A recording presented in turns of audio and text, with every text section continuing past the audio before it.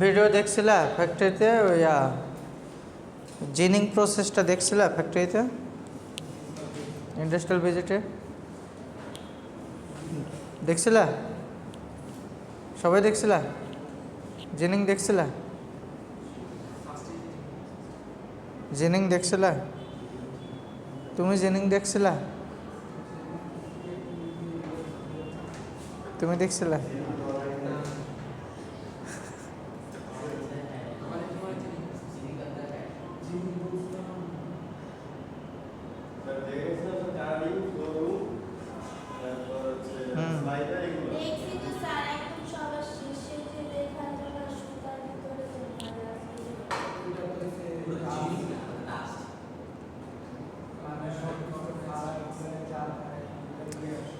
Ginning হয় হচ্ছে তোমার স্পিনিং ফ্যাক্টরিতে আসার আগে যে বেলটা তৈরি হয়েছে না, জিনিং করার পরে ওই বেলটা তৈরি হয়। ব্লোরুম সেকশনে দেখছো না, বিশাল একটা ফ্লোর আর লম্বা করে 3 সারি করে বেল সাজানো আছে, তার উপর দিয়ে একটা ব্লেন্ডোমেট একটা মেশিন যাচ্ছে, ফাইবারগুলো পুল করতেছে।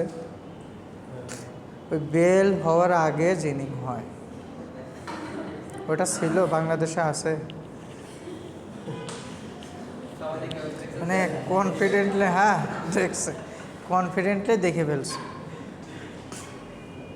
আচ্ছা, জিনিং হচ্ছে তোমার বেসিক্যালি হচ্ছে, এটা নিয়ে কথা বলছে আগে, আজকে খুব দ্রুত শেষ করে দেব।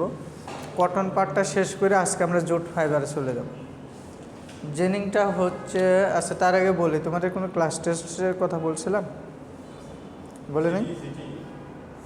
সিটি, আচ্ছা কটনটা শেষ হলে আমরা একটা ডেট দিয়ে দেবো। আচ্ছা, জিনিংটা হচ্ছে to remove the seed, foreign matters, dirt, dust from the fibre, cotton fibre. এটাকে আমরা বলতেছি কি জিনিং। নর্মালি হচ্ছে বীজ কাল্টিভেশন তো দেখাইছি কটনের, মাঠে ওপেন অ্যাটমসফিয়ারে চাষ হচ্ছে, ধুলাবালি আছে। নর্মালি ধুলাবালি খুব একটা রিমুভ হয় না, কিন্তু তারপরেও এয়ার ফ্লোর মাধ্যমে, প্রত্যেকটা মেশিনে দেখছো এয়ার ফ্লোর মাধ্যমেই হচ্ছে কি হচ্ছে, কটনগুলো পাস হচ্ছে, তাই না? এয়ার এখানে বড় একটা ভূমিকা রাখছে। তাহলে জিনিংয়ের ক্ষেত্রে বেসিক্যালি আমাদের উদ্দেশ্য, মেইন উদ্দেশ্য পারপাস হচ্ছে তোমার বীজ তোলা থেকে বীজকে সেপারেট করা।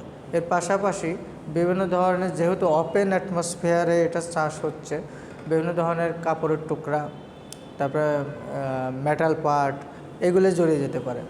এইগুলোকে রিমুভ করাই হচ্ছে তোমার বীজের পাশাপাশি এগুলো রিমুভ করাই হচ্ছে জিনিং। আচ্ছা, এখানে আরেকটা বিষয় হচ্ছে তোমার অবজেক্টিভস অফ জিনিংয়ের ক্ষেত্রে দেখো, it is use to collect West and seeds together. বিভিন্ন ধরনের ওয়েস্ট ইম্পিউরিটিস এটা রিমুভ করা এবং সেগুলিকে একত্রিতভাবে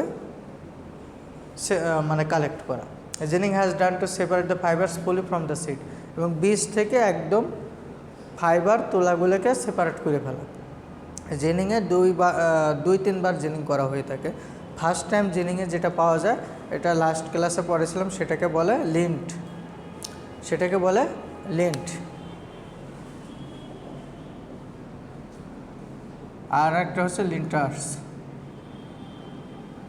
আচ্ছা, ginning is use to separate whole fibre, it is also use to collect fibre without any effect.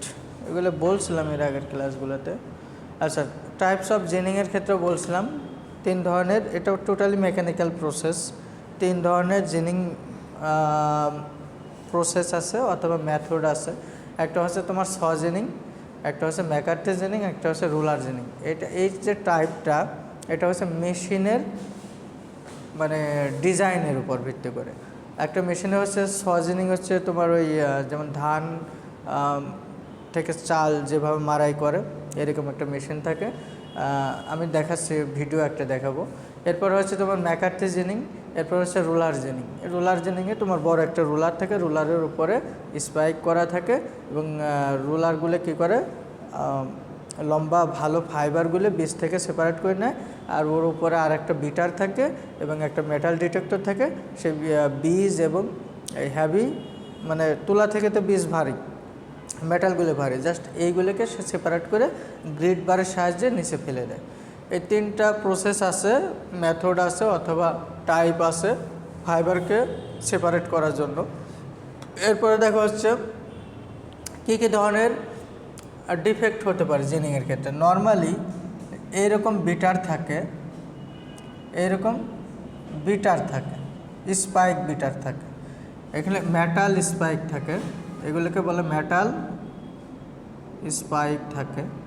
এগুলো নর্মালি হচ্ছে যখন এই তোলাটা এইভাবে ভিতর দিয়ে আসতে থাকে তখন এই কটন টাফট অথবা তোলা গুচ্ছ এগুলোর উপরে এটা খুব দ্রুত গতিতে ঘুরতে থাকে। এই তোলা গুচ্ছের উপরে এগুলো বিট করতে থাকে, তখন কি হয়, যখন এই স্পাইকটা এই গুচ্ছর এই অংশটাতে ঢুকে এইভাবে মুভ করতে থাকে কন্টিনিউয়াসলি স্পিডে, তখন কি হয়, গুচ্ছটা খুলে যায়। খুলে গেলে তখন এই তুলা গুচ্ছের মধ্যে বীজ আছে, এরকম বীজ আছে কিংবা কোনো মেটাল পার্টও থাকতে পারে, তাই বীজ আছে। এগুলো কি হয়, যখন গুচ্ছটা খুলে যাচ্ছে তখন বীজগুলো পড়ে যাচ্ছে, ভারী জিনিস পড়ে যাচ্ছে। আচ্ছা, কিন্তু যখন এটা করতে যাচ্ছে, যেহেতু এই যে স্পাইকযুক্ত বিটারগুলা, মেটাল স্পাইকযুক্ত বিটারগুলা মানে খুব জোরে এই তোলার গুচ্ছের উপর ভাসমান অবস্থায় বিট করতেছে, বাড়ি দিচ্ছে। কিন্তু যখনই বাড়ি দিচ্ছে তখন কি হচ্ছে, গুচ্ছটা টাফট অথবা গুচ্ছ খুলে যাচ্ছে। খোলার সময় কিছু হয় কি, ওই মানে খুব জোরে থ্রাস্টের কারণে কিছু ফাইবার ব্রেক করতে পারে, ছিঁড়ে যেতে পারে। এবং এটার জন্য ময়েশ্চার একটা ইম্পর্ট্যান্ট ফ্যাক্ট। এই যে স্পাইক, তার হচ্ছে কোয়ালিটি একটা ফ্যাক্ট, অনেক কিছু আছে। এটা হচ্ছে তোমার প্রিকশন যখন এই জিনিং করব। তা কী ধরনের প্রসেস হয়, জিন কাট ফাইবার, এই যে জিনিংয়ের সময় যে ফাইবারগুলি কেটে যাচ্ছে, ছিঁড়ে যাচ্ছে, ব্রেক হচ্ছে। এরপর নেপস ফরমেশন।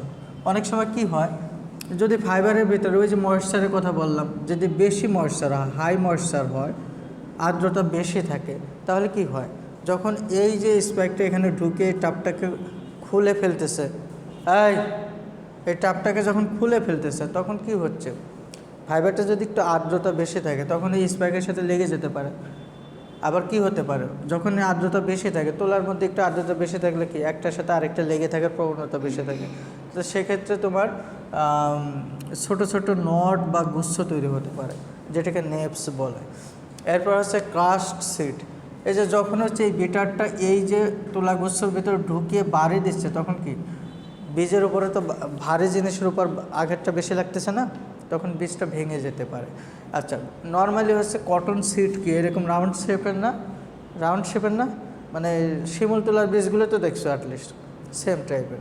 তাহলে এটা যখন এখানে বাড়ি খেয়ে এরকম ভেঙে যায় চ্যাপটা হয়ে, তখন কি হয়, মাঝখান থেকে ভেঙে যায়, তখন ওই অংশটা মাঝখানের এই ভাঙা অংশটাকে একটু হার্শ হয় না, একটু খসখসে হয় না, তখন কি হয়, এই যে ব্রোকেন সিড পার্ট ফাইবারগুলোকে জড়ায় ফেলে, ওর সাথে জড়ায় ফেলে। তো এটা একটা কমন প্রবলেম। আর মানে প্রচুর পরিমাণে ওয়েস্টেজ বের হওয়া, দেখা যাচ্ছে সিডের সাথে প্রচুর পরিমাণ ফাইবার চলে আসতেছে। এই ব্রোকেন ফাইবারের সিডের সাথে যদি ফাইবার বেশি জড়াইতে থাকে, সেগুলো আবার সেকেন্ড টাইম জিনিং করতে গেলে প্রবলেম হবে, ফাইবারগুলি ড্যামেজ হয়ে যাবে, ওয়েস্টেজের পরিমাণ বেশি হবে। এটা হচ্ছে জিনিংয়ের কি বলেন ফল্টস অথবা ডিফেক্টস। এখানে একটা ভিডিও ছিল, এই যে এটা হচ্ছে তোমার সজিনিং মেশিন। এই যে রাইস মিলের হপারের ভিতর দিয়ে এখানে দিচ্ছে, এখানে বিশাল একটা গ্রিড বিটার আছে স্পাইকযুক্ত। এখান থেকে জাস্ট হচ্ছে ওই যে কথাটা এতক্ষণ এখানে বললাম, নিচে হচ্ছে এটা, এই যে ফাঁকা অংশ, এটাকে বলে গ্রিড বার। তোমাদের এগুলো মানে ড্র করতে হবে, ড্র করে করে তোমাদের পরীক্ষায় লিখতে হবে, প্র্যাকটিস করতে হবে, তখন মেশিন সম্বন্ধে ধারণা আসলে প্রসেসটাও বোঝা হয়ে যাবে। এটাকে বলে গ্রিড বার। এটা হচ্ছে বিটার, স্পাইক বিটার। ভারী বীজ এবং আদার্স ম্যাটেরিয়াল এইখান দিয়ে পড়ে যাচ্ছে ট্রাশ বক্সে, আর এইখান দিয়ে পাতলা হালকা ফাইবারগুলো মানে বীজ থেকে আলাদা হয়ে তোমার এই দিক দিয়ে জাস্ট, যেহেতু এটা হালকা, এটা এয়ার ফ্লোর মাধ্যমে এদিকে নিয়ে যাওয়া পসিবল, তখন এয়ার ফ্লোর মধ্যে নিয়ে যাওয়া হচ্ছে। দেন এখানে যে একদম পিওর যে ফাইবারটা আমরা প্রথম ইয়াতে এখানে কম অন কাইন্ড অফ কম্বিংও হচ্ছে কিছুটা, যাতে আরও ট্রাপগুলো গুচ্ছগুলো খুলে যায়। দেন হচ্ছে একদম এই যে এখানে একটা ছোট্ট রোলার আছে, রোলারের সাহায্যে কী করা হয়েছে, রোলারে গা ঘেঁষে একদম পিওর ফাইবার বের হয়ে আসতেছে। একটা মেটাল মেশ, মেশ মানে কি, মেশ মেশ ফ্যাব্রিক দেখো না, জালের মতো, নেটের মতো, ঠিক আছে। হ্যাঁ, এইভাবে হচ্ছে তোমার এখান থেকেও কিছুটা সাকশন হচ্ছে, যেগুলো ফাইবারের সাথে থাকতেছে সেগুলো আবার এখানে আসতেছে, মানে জমা করা হচ্ছে ওয়েস্টেজ, এবং পিওর ফার্স্ট টাইম জেনিং করে লিন্ট ফাইবারগুলো এখানে কালেক্ট করা হচ্ছে। হ্যাঁ, এইদিকে এই যে রোলার আছে, রোলারের সাথে খুব ছোট ছোট স্পাইক আছে, ফাইবারগুলোকে ধরে সামনে নিয়ে যাচ্ছে। না না, এটা মেশ টাইপের মেশ। এটা এটা এই যে ফাইবারগুলো কালেক্ট করে নিচ্ছে সে, একটা বেল্ট, কনভেয়ার বেল্ট, এক ধরনের কনভেয়ার বেল্ট আছে। এই যে তোমরা গাড়িগুলোতে দেখো না কনভেয়ার বেল্ট কী করে এইভাবে। আচ্ছা, তোমরা দেখছো এই যে কিছু কিছু সুপার শপে গেলে তোমার ব্যাগটা কী করে, চেকিং করে, একটা কনভেয়ার বেল্ট, ব্যাগটা রেখে দিলে সে স্ক্যান করে বের হয়ে যায়, এরকম কনভেয়ার বেল্ট। জাস্ট এটা কী করতেছে, এই রোলার থেকে এই ফাইবারগুলোকে সে কালেক্ট করে নিয়ে নিচ্ছে, কালেক্ট করে এই পাশ দিয়ে সে হচ্ছে জাস্ট এই নিচ দিয়ে কী করতেছে, ড্রেন করে দিচ্ছে অথবা একত্রিত করে দিচ্ছে, মানে ডেলিভারি দিয়ে দিচ্ছে। আচ্ছা, এটা গেল হচ্ছে তোমার সজেনিং। হ্যাঁ, আচ্ছা, এটা হচ্ছে রোলার জেনিং। বড় একটা রোলার থাকে, রোলারের সাথে একটা রোটারি নাইফ যুক্ত তোমার হচ্ছে বিটার থাকে, আর এই স্টেশনারি কিছু নাইফ থাকে। জাস্ট এইখান দিয়ে একদম বীজ তোলা, মানে র কটনটা এখানে পাস করা হতে থাকে। এই রোলারের ইয়াতে জাস্ট ছোট্ট ছোট স্পাইক থাকে, সেটা কী করে ফাইবারগুলোকে গ্রিপ করে, আর হ্যাভি অথবা বড় সাইজের সিড আদার্স জিনিসগুলো এই দিক দিয়ে পাস করে দেয়। এভাবে এই যে লিন্টগুলো এগুলো পড়তে থাকে, মানে ফাইবারগুলো পড়তে থাকে, others wastage, seed, others impurities, wastage, এগুলো এখান থেকে বের হতে থাকে। এটা হচ্ছে তোমার রোলার জেনিং। এটা রোলার জেনিং মেশিন। এরকম তোমার সজেনিং যদি দেখো, রোলার জেনিং দেখো, তাহলে হচ্ছে 5 রোলার 7 রোলার জেনিং মেশিন আছে। এখানে কয়টা মেশিন রোলার আছে, 1টা 2টা 3টে 4টে 5টা এরকম অ্যাকশন হতে থাকে, এবং ভার্টিক্যালি এটা 45 ডিগ্রি অ্যাঙ্গেলে। আচ্ছা, এটা গেল হচ্ছে তোমার জেনিং। এতটুকু বললেই হবে, কারণ জেনিংটা নিয়ে তোমাদের স্পিনিং যখন ইয়ার্ন ম্যানুফ্যাকচারিং 1 পড়বা না, তখন বিস্তারিত সেখানে পড়ানো হবে।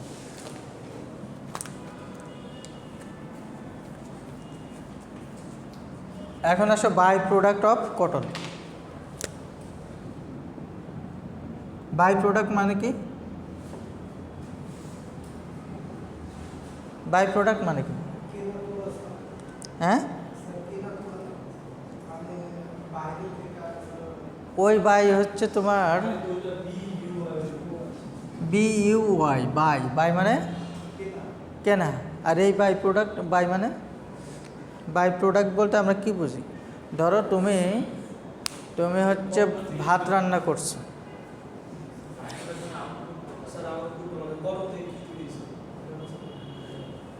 ধরো তুমি ভাত রান্না করতেছো, কথা বুঝছো? ভাত রান্নার সময় তোমার উদ্দেশ্য কি ভাত রান্না করা, কিন্তু পাশাপাশি যদি মার তৈরি হয়ে যায়, মারও তুমি, এটা কি এক্সেস একটা প্রোডাক্ট, তাই না? এক্সট্রা একটা প্রোডাক্ট। তুমি ভাত রান্না করতে যা মারও, মার তো বোঝো, ফ্যান, বোঝো না? আচ্ছা, ধরো তোমার হচ্ছে অনেক সময় কি হয়, কেমিস্ট্রিতে দুইটা একসাথে বিক্রিয়া করে আমাদের মেইন একটা প্রোডাক্ট তৈরি করার কথা, সেখানে সেটা না করে সেটা হয় পাশাপাশি আরেকটা প্রোডাক্ট তৈরি হয়। যেমন ধরো আমরা সাবান তৈরি করি, সো স্টেরিক ওয়েলের সাথে আমরা অ্যালকালি বিক্রিয়া করি। অ্যালকালি বেসিক্যালি হচ্ছে সোডিয়াম হাইড্রোক্সাইড অথবা পটাশিয়াম হাইড্রোক্সাইড ইউজ করি। তো সেক্ষেত্রে কী হয়, সাবান তৈরি হয়, নারকেল তেলের সাথে অ্যালকালি বিক্রিয়া করলে সাবান তৈরি হয়, কিন্তু পাশাপাশি আরেকটা ভ্যালুয়েবল প্রোডাক্ট তৈরি হয়, সেটা হচ্ছে তোমার গ্লিসারিন। তাহলে গ্লিসারিনটা আমাদের বাই প্রোডাক্ট। আমরা যদি গ্লিসারিন তৈরির জন্যই এটা করতাম তাহলে সাবান বাই প্রোডাক্ট হতো, মেইন প্রোডাক্ট বাই প্রোডাক্ট। কথা কি বুঝতে পারছো? আচ্ছা, এই বাই প্রোডাক্টগুলো হচ্ছে কটনের ক্ষেত্রে নর্মালি যে তোমার হাস্ক আছে এইগুলো নিয়ে কথা বলছিলাম। হাস্ক হচ্ছে ব্রোকেন সিড পার্ট, মানে এইগুলো আছে। তারপর সিড, এরপর হচ্ছে তোমার কি বলে ওই যে তোমার লিন্টার্স, সেকেন্ড টাইম যে জেনিং করিস বীজের সাথে, বীজে এটা ধরো বীজের সাথে এই ফাইবারগুলো আছে, এখান থেকে ধরো যে ফার্স্ট টাইম জিন করার পরে তুমি যেটা পাচ্ছ সেটাকে লিন্ট ফাইবার বলতেছো, একদম ভালো ফাইবারগুলো। এরপরেও এই বীজটা যখন ফার্স্ট টাইম জিনিং করার পর দেখবে, তখন দেখবে এই বীজের সাথে এরকম ছোট ছোট ফাইবার আছে, কিছু ফাইবার আছে। এইগুলো যখন সেকেন্ড টাইম জিনিং করবা তখন যেটা পাবা সেটা হচ্ছে লিন্টার্স। কথা কি বুঝতে পারছো? এটাও তো ফেলে দেওয়ার মতো কিছু না, কোনো কিছুই ফেলে দেওয়ার মতো না। তাহলে এইগুলো শর্ট ফাইবার হয়, ডেড ফাইবার হয়, এবং হচ্ছে নেপস হয় অনেক সময়, মানে অনেকগুলো ফাইবার গুটি বাঁধা থাকে। এইগুলো দিয়েও আমরা কাজ করতে পারি। এগুলো হচ্ছে কটনের বাই প্রোডাক্ট, লিন্টার্সও কটনের বাই প্রোডাক্ট। এটা দিয়ে জাস্ট রিজেনারেটেড ফাইবার। তোমরা যে ভিসকস, অ্যাসিটেট এই ধরনের ফ্যাব্রিকের নাম শুনছো না? ভিসকস, অ্যাসিটেট, ট্রাই অ্যাসিটেট, এগুলো হচ্ছে আমরা সেলুলোজ এই লিন্টার্স থেকে রিজেনারেট করে এর সাথে বিভিন্ন ধরনের কেমিক্যাল অ্যাপ্লাই করলে নতুন এক ধরনের ফাইবার তৈরি হয়, যার প্রপার্টিসটা টোটালি ডিফারেন্ট থাকে এগুলো কটন থেকে। তাহলে যদি লিন্টার্সের কথা বললাম, এরপরে যদি হাস্কের কথা আসি, ওই যে বীজের ফার্টিলাইজার তৈরি করা হয় প্রচুর পরিমাণে inner side of seeds of cotton fibre কি বলে রিচ অফ মানে হিউজ অ্যামাউন্ট অফ নাইট্রোজেন, প্রচুর পরিমাণ নাইট্রোজেন এটার ভিতরে থাকে, যেটা হচ্ছে তুমি ফার্টিলাইজারে যদি কনভার্ট করো তাহলে মাটির ফার্টাইল করার জন্য এটা খুব কাজে লাগে। আচ্ছা, এরপরে হচ্ছে তোমার একদম পিওর মানে ফ্রেশ যে সিডগুলো আছে তার ভিতরে সাইডে প্রচুর পরিমাণে ওয়েল থাকে, ফ্যাট থাকে, সেটাতে তুমি edible well, cotton seed well বলে সেটা। হ্যাঁ, এই যে cotton seed well use in cooking and making soap, সাবান তৈরি এবং বান্নার কাজে ইউজ করা যেতে পারে। এটা হলো বাই প্রোডাক্ট। আচ্ছা, এই বেলগুলো দেখছো না? ইন্ডাস্ট্রিয়াল ভিজিটে দেখছিলা বেলকে হাত দিয়ে ধরে দেখছিলা? কেমন ফাইবারগুলোকে খুব আলগা মানে লুজলি ওখানে আছে না, খুব টাইটলি আছে? হ্যাঁ, ওখানে তোমার হাইড্রোলিক প্রেশারের সাহায্যে এক একটা বেলের 400-500 পাউন্ড তুলা ধরা আছে। ওটা যদি তুমি খুলে ফেলো তাহলে দেখা যাচ্ছে যে এই পুরো রুমের মধ্যে 2-3টা বেল খুললেই তোমার রুম ভরে যাবে। মানে কী পরিমাণ তুলা ওখানে হাইড্রোলিক প্রেস করে ওইভাবে বেল তৈরি করা হয়েছে। আচ্ছা, কটন গ্রেডিং সিস্টেম আছে। নর্মালি হচ্ছে তুমি যখন আমেরিকা থেকে কটন কিনতে যাবা পার পাউন্ডের প্রাইস একরকম, যখন তুমি মিশরের তুলা কিনতে, ইজিপশিয়ান তুলা কিনতে যাবা, মানে এর মানে বিশ্বের মধ্যে এই তুলার হচ্ছে ফাইননেস অনেক বেশি, মানে সূক্ষ্ম, লেন্থ অনেক বেশি, স্ট্রেংথ অনেক বেশি। তো এই ধরনের তুলা হচ্ছে তোমার একরকম প্রাইস হবে। তুমি ইন্ডিয়া, বাংলাদেশ, পাকিস্তানের তুলা নিলে আরেক রকম প্রাইস হবে। এখন ধরো তোমার মিশর, ইজিপশিয়ান যে তুলাগুলো আছে সেই তুলা যদি তুমি 100 টাকা পাউন্ড কেনো, পাকিস্তান আর হচ্ছে ইন্ডিয়ান তুলাকে তুমি 100 টাকা দিয়ে কিনবা? তুমি 50 টাকাও দিতে চাইবা না। কারণটা কি? Grading, quality, properties. এই যে তুমি গ্রেডিংটা করলা, এটা তুমি তোমার মন মতো করলেই হবে? ওয়ার্ল্ড টেক্সটাইল ট্রেড কি এটা মানে যে যার মতো করতে পারে?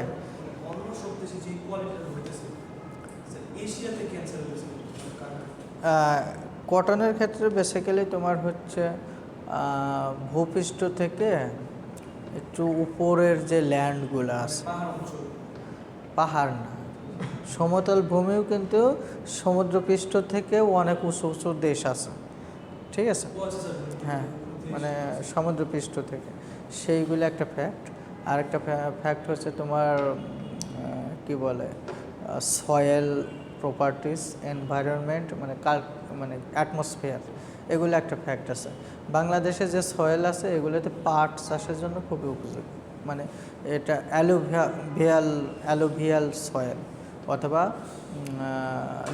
লোম সয়েল, মানে তোমার হচ্ছে পলিমাটির দোআঁশ মাটি অথবা হচ্ছে স্যান্ডি লোম সয়েল, মানে বেলে দোআঁশ মাটি, এই জাতীয় মাটিগুলি ম্যাক্সিমাম জায়গা এইগুলোতে তোমার নর্মালি কটনের খুব একটা ইয়ে হয়।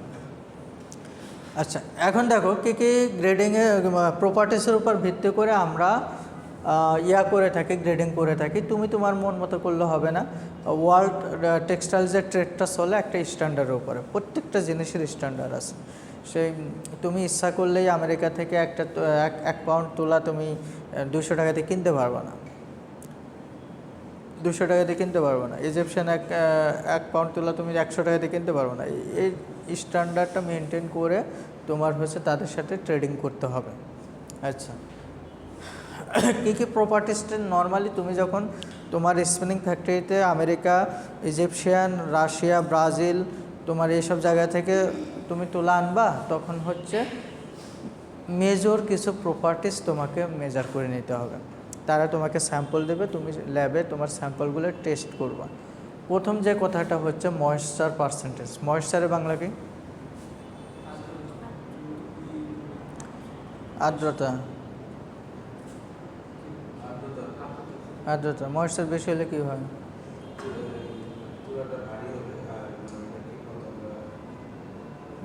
এমনি অ্যাটমসফিয়ারে ময়েশ্চার বেশি হলে কী হয়?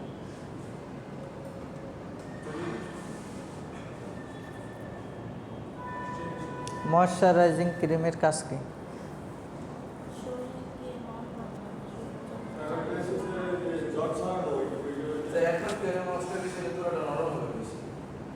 তুলার পাটে পড়ে যায়। ময়েশ্চার জিনিসটা কি? ময়েশ্চার কম হলে কি হয়? আর্দ্রতা কম হলে বাতাস শুষ্ক হয় না? শুষ্ক হয় না? আচ্ছা, শীতকালে বাতাসে কি আর্দ্রতা কম থাকে না বেশি থাকে?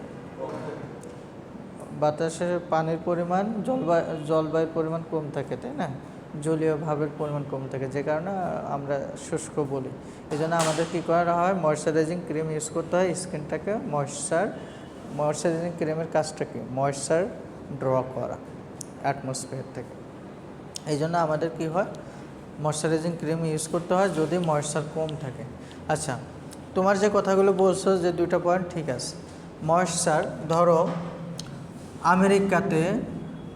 আমেরিকাতে ধরো যে শীত প্রধান যে ইয়াগুলো আছে, স্টেটগুলো আছে, সেখানে তো অনেক শুষ্ক থাকে, তাই না? তো সে শুষ্ক জায়গা থেকে ধরো তুমি 100 কেজি কটন কিনলা। কত কেজি? 100 KG cotton কিনলা। তা ওই শুষ্ক অবস্থায় ওই কটনের মধ্যে তো বেসিক্যালি কোনো ওয়াটার মলিকুল নাই, জলীয় বাষ্প নাই, ময়েশ্চার নাই। তাহলে 100 কেজি তুলায় তুমি কিনলে একদম দেখা যাচ্ছে যে বড় জোর তোমার 2-3% ময়েশ্চার আছে। তাহলে 100 কেজিতে তোমার হচ্ছে 97 থেকে 98 কেজি তুমি পিওর কটন পাচ্ছ, তাই তো? আচ্ছা, সেই 100 কেজি তুলা নিয়ে এসে তুমি বাংলাদেশে বিডিতে নিয়ে আসলে, নিয়ে এসে তুমি গার্মেন্টস একদম স্পিনিং করে ফ্যাব্রিক তৈরি করে রং করে গার্মেন্টস বানাই দিলা।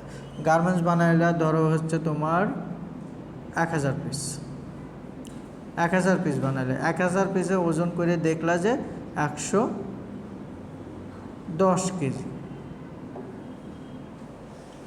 100 কেজি তুলা তুমি কিনে নিয়ে আসছো, সেখানে 97-98% তুমি পিওর ফাইবার পাইছো, সেটা দিয়ে তুমি 1000 পিস গার্মেন্টস বানাইছো। তার ওজন এখন করতেছো, গার্মেন্টসের ওজন করতেছো 110 কেজি।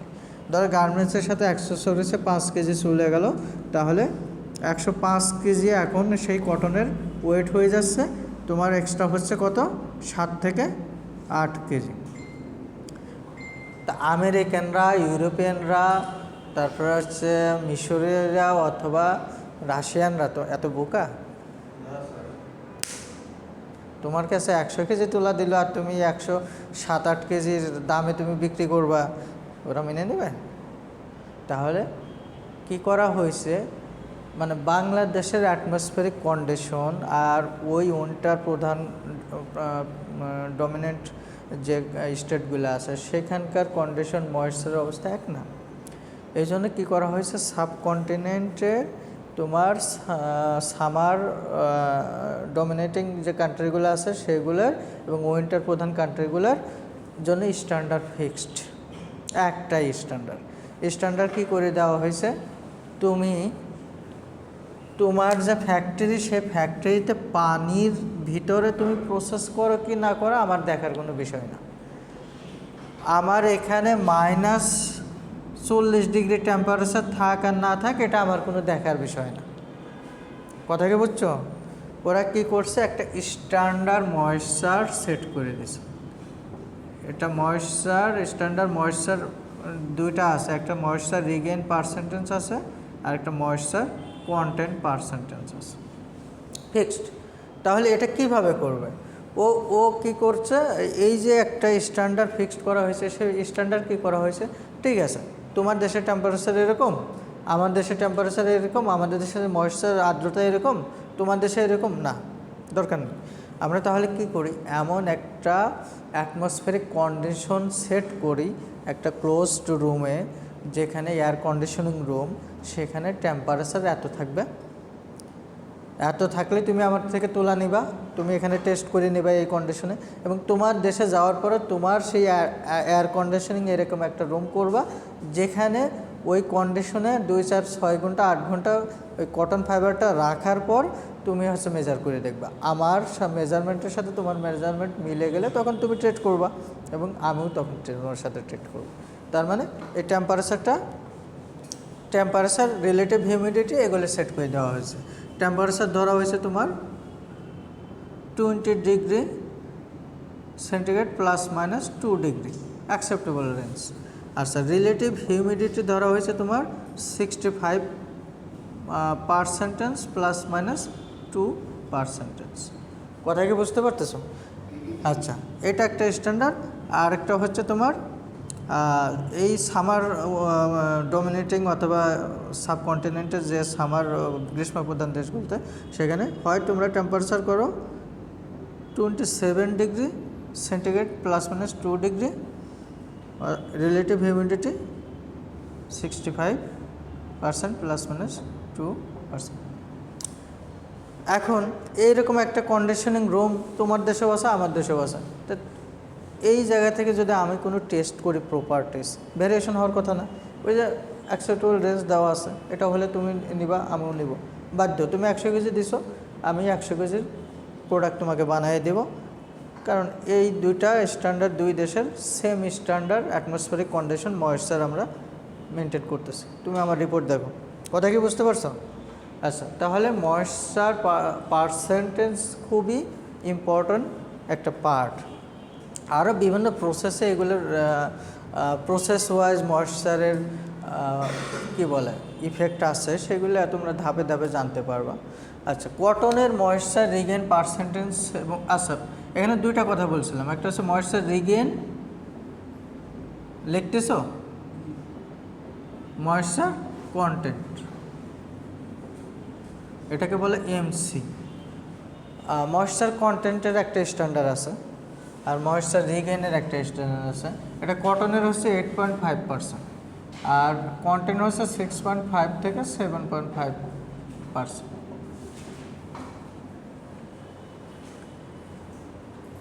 কথা কি বুঝছো? ধরো এই রুমের মধ্যে তুমি 1 কেজি তুলা রাখলে সে 1 কেজি কত 8.5 গ্রাম হয়ে যেতে পারে যদি এইরকম টেম্পারেচার, তাহলে ওটা অ্যাকসেপ্টেবল।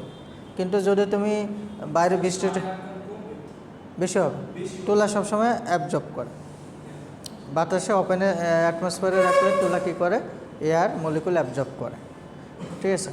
আর যদি তুমি এটা এমন ওভেনের মতো করে ফেলো খুব শুষ্ক, তাহলে কী হবে, ওর মধ্যে আর কোনো ওয়াটার মলিকুল থাকবে না।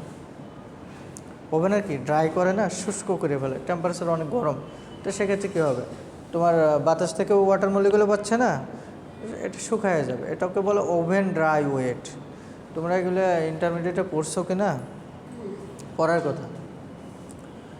আচ্ছা, এখন আসো স্ট্যাপল লেংথ। স্ট্যাপল মানে স্টেপল মানে কি?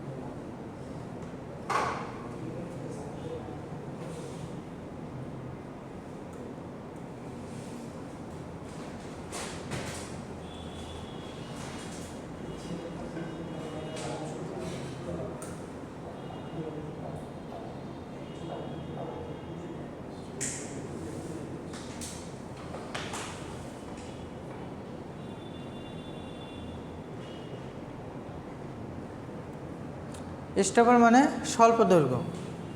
স্টেপল স্টেপল মানে কি?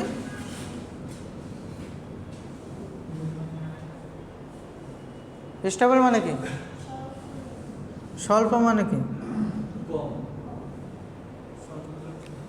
স্বল্প মানে অল্প, অল্প স্বল্প বলে না, অল্প স্বল্প।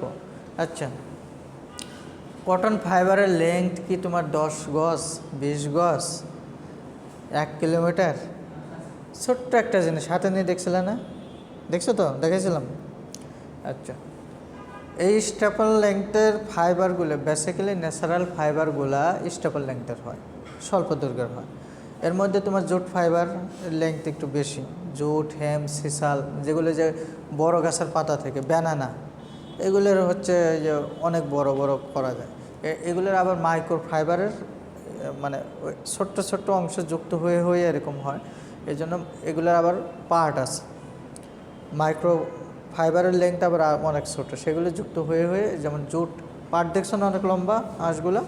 আচ্ছা, স্টেপল লেন্থ হচ্ছে তোমার নর্মালি কটন ফাইবারের থাকে তোমার 12 মিলিমিটার থেকে 65 মিলিমিটার পর্যন্ত লম্বা হয়ে থাকে, ঠিক আছে? আচ্ছা, এগুলোর বিস্তারিত পরে আমরা পড়ব। ইউআর হচ্ছে ইউনিফর্মিটি রেশিও। একটা ফাইবারের পুরো এই যে ধরো 2-3 ইঞ্চি, 1 ইঞ্চি 1.5 ইঞ্চি লম্বা, সেটার থিননেস, মোটা চিকন ইভেন আছে কিনা, ইউনিফর্ম আছে কিনা, এবং কোয়ালিটির ইউনিফর্ম আছে কিনা, যে ফাইবারগুলোর লেন্থ সবগুলোর কাছাকাছি কিনা, কথা কি বুঝতেছো? স্ট্রেংথ সবগুলোর কাছাকাছি কিনা, কালার ঠিক মতো আছে কিনা, এগুলো হচ্ছে তোমার এই যে ইউনিফর্মিটি রেশিওর মধ্যে আসবে। ফ্লোটিং ফাইবার, ফ্লোটিং মানে কিছু ফাইবার হয় তোমার ওই ফ্লোটিং না বলে এখানে বলা যায় ডেড ফাইবার, ইমেচিউর ফাইবার, এইসব বিষয়গুলো থাকে। মাইক্রোনিয়ার, মাইক্রো 1 মাইক্রন সমান কত জানো? জানো না? হ্যাঁ, 10⁻⁻⁶। আচ্ছা, এখন বিষয়টা হচ্ছে মানে তোমরা মাইক্রো বোঝো না, ন্যানো বোঝো না, ন্যানো, মাইক্রো, হ্যাঁ, ম্যাক্রো, এই 3টা ওয়ার্ড বোঝো? ম্যাক্রো, মাইক্রো, ন্যানো, কোনটা বড় বলো তো 3টার মধ্যে? কোনটা বড় 3টার মধ্যে?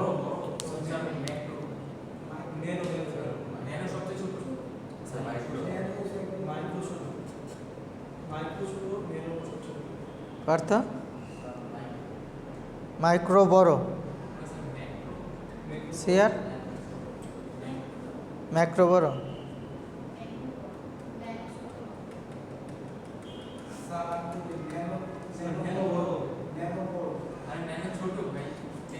কাছে আয়, কাছে আয়, এটা দিয়ে 2টা বাড়ি দেই মাথার উপরে।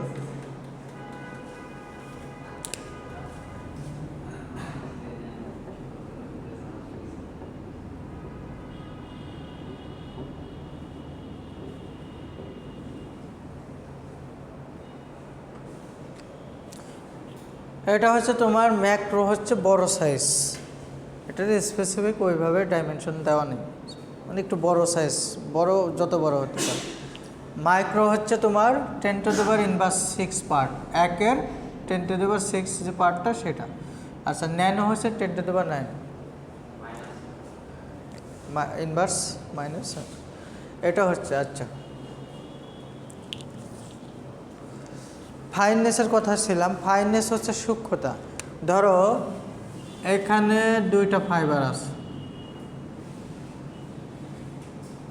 2টা ফাইবার আছে। কী ধরনের ফাইবার? কটন ফাইবার, কটনের মধ্যেই থাকে। 2টা ফাইবার আছে, 2টা ফাইবারের মধ্যে পার্থক্য, 3টা পার্থক্য আমাকে বলো তো। এই তুমি বলো, তোমার নাম কি? হ্যাঁ দাঁড়াও, বলো। এই 2টা ফাইবারের মধ্যে তার ফিজিক্যাল প্রপার্টিস, 3টা প্রপার্টিস পার্থক্য বলবা। মানে তুমি এখানে দেখে কি যা বুঝতেছো তার উপর ভিত্তি করে। এখানে 2টা ফাইবার আছে।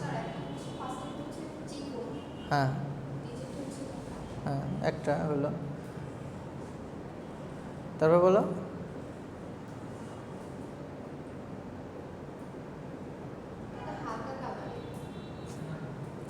আচ্ছা বসো।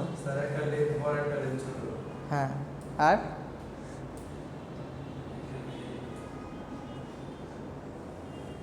আচ্ছা, বিষয়টা হচ্ছে আমরা যদি এটাকে একটু মোটা করে দিই এক জায়গায়,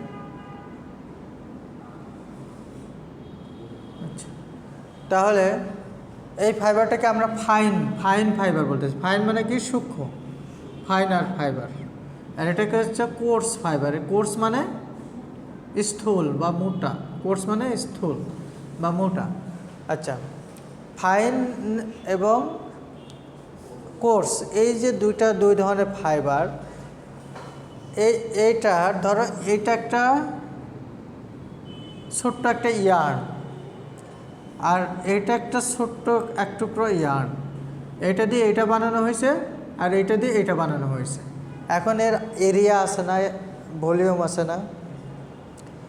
এই ভলিউমের মধ্যে এই ধরনের ফাইবার কতগুলো থাকবে? 2টা ধরো সেম ডায়ামিটার, সেম 2টা ইয়ার্ন সেম। এটা একটু বেশি মোটা হয়ে গেছে, সেম ধরো, সেম। এই চিকন ফাইবার এর মধ্যে কতগুলো থাকতে পারবে, আর মোটা ফাইবার এর মধ্যে কতগুলো থাকতে পারবে? কোনটা বেশি পরিমাণ ফাইবার ধরবে? মানে এই ফাইন ফাইবার, সূক্ষ্ম ফাইবার দিয়ে যত মানে সেম ডায়ামিটারের 2টা সুতা তৈরি করা হয়েছে, এবং এর মধ্যে ফাইবারের পরিমাণ বেশি থাকবে। আচ্ছা ধরো এটার স্ট্রেংথ হচ্ছে তোমার 10 সেন্টিনিউটন, এটার ধরো হচ্ছে তোমার 11 সেন্টিনিউটন। তাহলে এখানে ধরো 500 ফাইবার আছে, 500 ফাইবার আছে, আর এখানে ধরো আছে তোমার 300 ফাইবার আছে। কোনটার স্ট্রেংথ তাহলে বেশি হবে? কোন টুকরা সুতার স্ট্রেংথ বেশি হবে? মানে ফাইন ফাইবার দিয়ে যে সুতাটা তৈরি করা হয়েছে, সূক্ষ্ম ফাইবার দিয়ে যে সুতাটা তৈরি করা হয়েছে। এই যে ফাইননেস বললাম না যে ইয়াতে, তাহলে এটা কতটা গুরুত্বপূর্ণ বুঝতে পারছো? এই মাইক্রোনিয়ার ভ্যালু, ফাইননেস। একটা ফাইবারের, এই ফাইবারের ওজন বের করা হয়। এটা সূক্ষ্ম না স্থূল, মোটা অথবা ফাইন না কোর্স, এটা কিভাবে বের করতে হয়? এর ওজনের সাহায্যে ওজন নির্ণয় করতে হয়। সিঙ্গেল ফাইবারের ওয়েট করা হয়।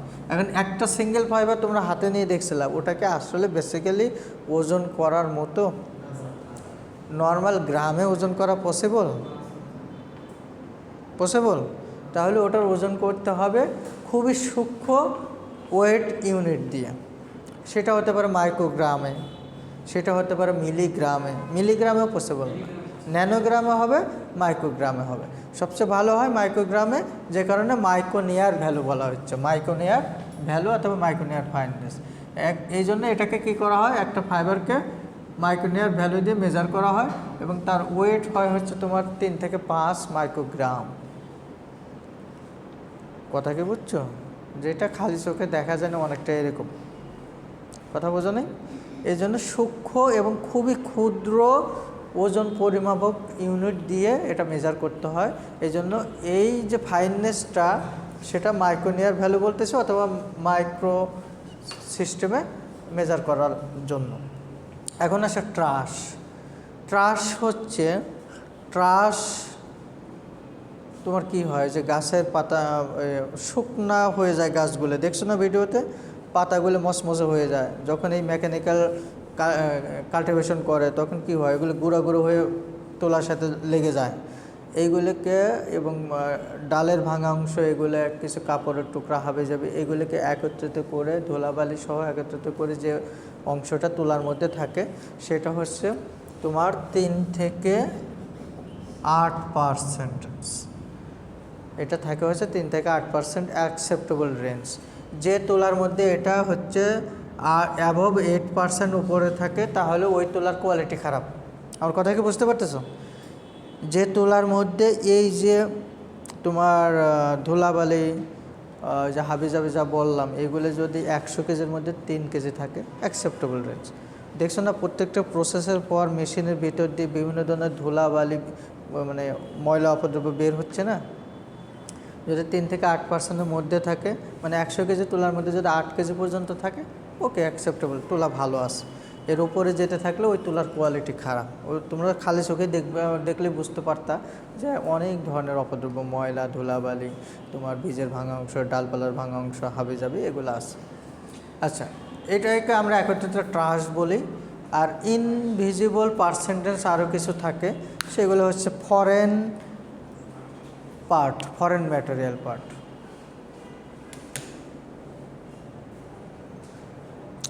আচ্ছা, এখন দেখো এক্সাম্পল অফ গ্রেডিং সিস্টেমের, এটা জাস্ট হচ্ছে এক এক দেশে এক একটা ইন্ডিকেটর দেওয়া আছে। যদি তোমার ময়েশ্চার 9% কম হয় তাহলে নাম্বার দেওয়া হয়েছে 0, আর যদি লেংথ যদি এত ইঞ্চের কম হয় তাহলে 25, জাস্ট হচ্ছে ইন্ডিকেটর। এটা এখন আর খুব একটা ইউজ হয় না। এটা হচ্ছে তোমার উস্টার, ইভেননেস টেস্টার, নাম্বারিং কোয়ালিটির ক্ষেত্রে। তোমার হচ্ছে ধরো অ্যাবভ 4 হ্যাঁ, প্রত্যেকটা মেজার করা যায়, আমি সেটাই বলতেছিলাম। তোমার হচ্ছে অ্যাফহিস আছে এবং এইচবিআই আছে। অ্যাফহিস হচ্ছে অ্যাডভান্স ফাইবার ইনফরমেশন সিস্টেম। একটু লিখে নাও, স্পিনিংয়ে পাবা এগুলো বিস্তারিত। মানে আমি জাস্ট আজকে জুট ফাইবার শুরু করতে চাচ্ছিলাম, কিন্তু এগুলোতে বেশি কথা হয়ে যাচ্ছে। অ্যাফহিস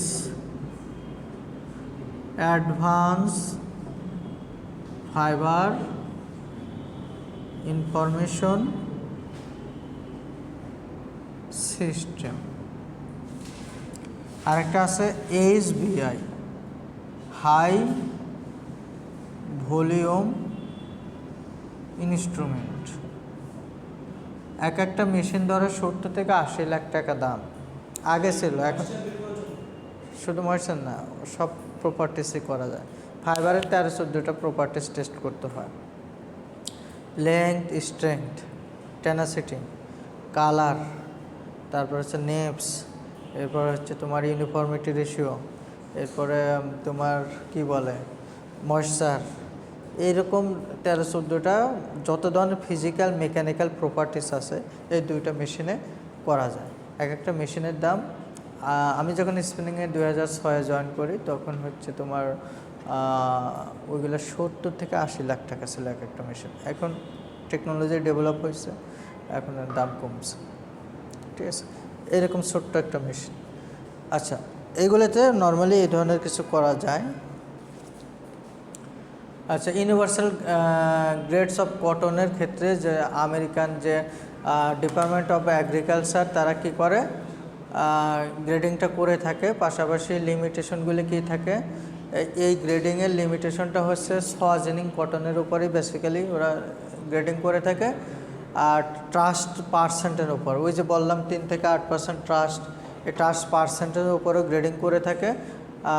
লং স্টেবল ফাইবারের জন্য এই ইউএসডিএ গ্রেডিং সিস্টেমটা অ্যাপ্লিকেবল না। আর ম্যাচুরিটিটা, ফাইবারের ম্যাচুরিটিটা কনসিডার করা হয় না। ম্যাচিওর ফাইবার, ওই যে যখন হচ্ছে মাইক্রোস্কোপিক স্ট্রাকচার পড়াইছিলাম মনে আছে কটন ফাইবারের, ম্যাচিওর ফাইবারের সেল ওয়াল হচ্ছে তোমার পুরুত্ব কম থাকে, ভেতরে ফাঁকা অংশ জায়গা মানে লুমেনের পরিমাণ অনেক বড় থাকে, সেল ওয়ালটা পাতলা থাকে। এটাকে আবার রিকল করব না, থাক পড়ে নিও। নেক্সটে কোনো কোশ্চেন থাকলে বলবে আমাকে। এরপরে আসা হচ্ছে প্রপার্টিস। এগুলো মোটামুটি কিছু বলা হয়ে গেছে। প্রপার্টিসের মানে কি বৈশিষ্ট্য। ব্রেক লাগবে? আমি একটা শেষ করে দিই জুটের আগে। জুট আজকে জাস্ট একটা ভিডিও দেখাবো, এটা শেষ করে দিই, কারণ এমনি আমরা ক্লাস পাইনি, সিলেবাস শেষ করতে পারবো না। প্রথমে দেখো fibre surface and colour. Cotton ফাইবারের কালারটা কেমন হয় ফ্যাক্টরিতে দেখে আসছো, ক্রিম টাইপের কালার না, অফ হোয়াইট টাইপের কালার না, দেখছো তো? এটা নিয়ে তো আর তোমাদের পড়ানোর দরকার নেই। টেনজাইল স্ট্রেংথ, টেনজাইল মানে কি? লংগিটিউডিনাল ডিরেকশনে। হ্যাঁ হ্যাঁ, ওটা ন্যাচারাল কালার। কাপড় মানে গার্মেন্টস তৈরি করার আগে কাপড়ে যে আমরা বিভিন্ন কালার পরছি না, হ্যাঁ, ডাইংয়ের আগেই কী করা হয়, ওই ন্যাচারাল কালার রিমুভ করে দেওয়া হয়।